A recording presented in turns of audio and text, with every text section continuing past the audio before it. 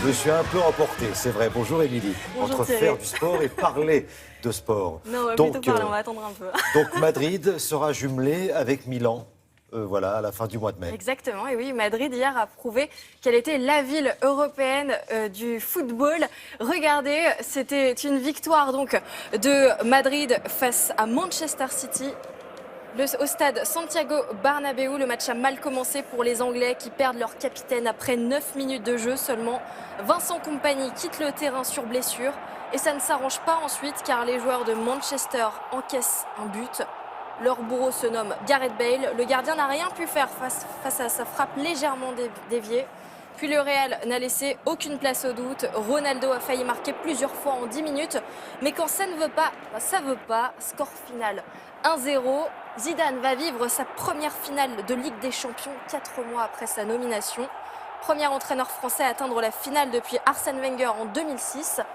Le Real, lui, disputera une 14e finale de Ligue des Champions. Et donc la finale sera le 28 mai à Milan, vous l'avez dit. Bravo Zidane, parce qu'il vient à peine d'arriver quand Oui, même, c'est vrai. on le précise. Bon, on retourne en Espagne ? Et oui, décidément, c'est là où il faut être si on aime le sport. La suite du tournoi de Madrid et deux Français qui l'emportent, Gilles Simon et Joe Wilfried Tsonga. Regardez, c'était hier. On commence par la victoire du Manceau. Joe Wilfried Tsonga est qualifié pour les 8e de finale.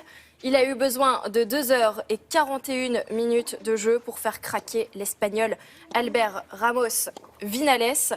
7-6, 5-7, 6-4.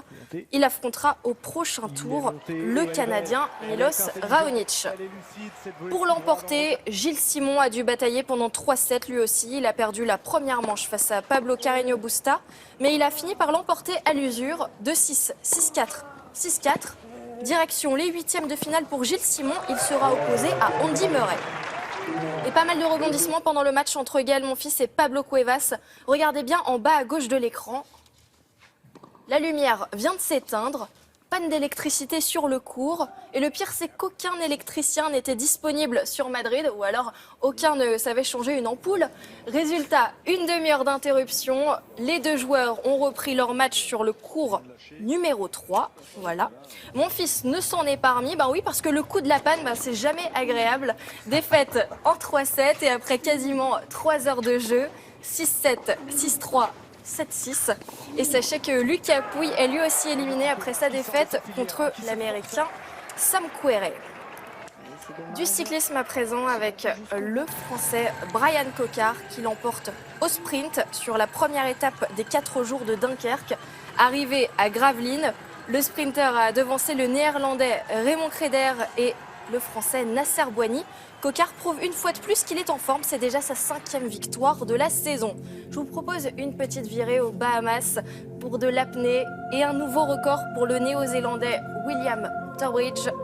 Il a tenu 4 minutes et 24 secondes sans respirer à 122 mètres de profondeur. Il a battu son précédent record qui était de 121 mètres. L'exploit a été réalisé dans le trou bleu de Dean à l'occasion de la Vertical Blue, une compétition qui rassemble les meilleurs spécialistes de la discipline. C'est le long d'une corde, sans palme. Son équipe et sa famille étaient venus spécialement aux Bahamas pour cette tentative de record qui a finalement été réussie. Nous aussi, on y serait bien allés aux Bahamas. Ah oui, là, je reprends mon souffle pour lui. Et puis on termine avec du skate. Oui, une compétition internationale de skateboard et sachez que les Français sont plutôt en forme. Regardez ce Français Aurélien Giraud qui remporte la 16e édition du contest européen de skate. Alors la compétition avait lieu à Tallinn en Estonie et ce Lyonnais l'a emporté haut la main avec plus de 85 points.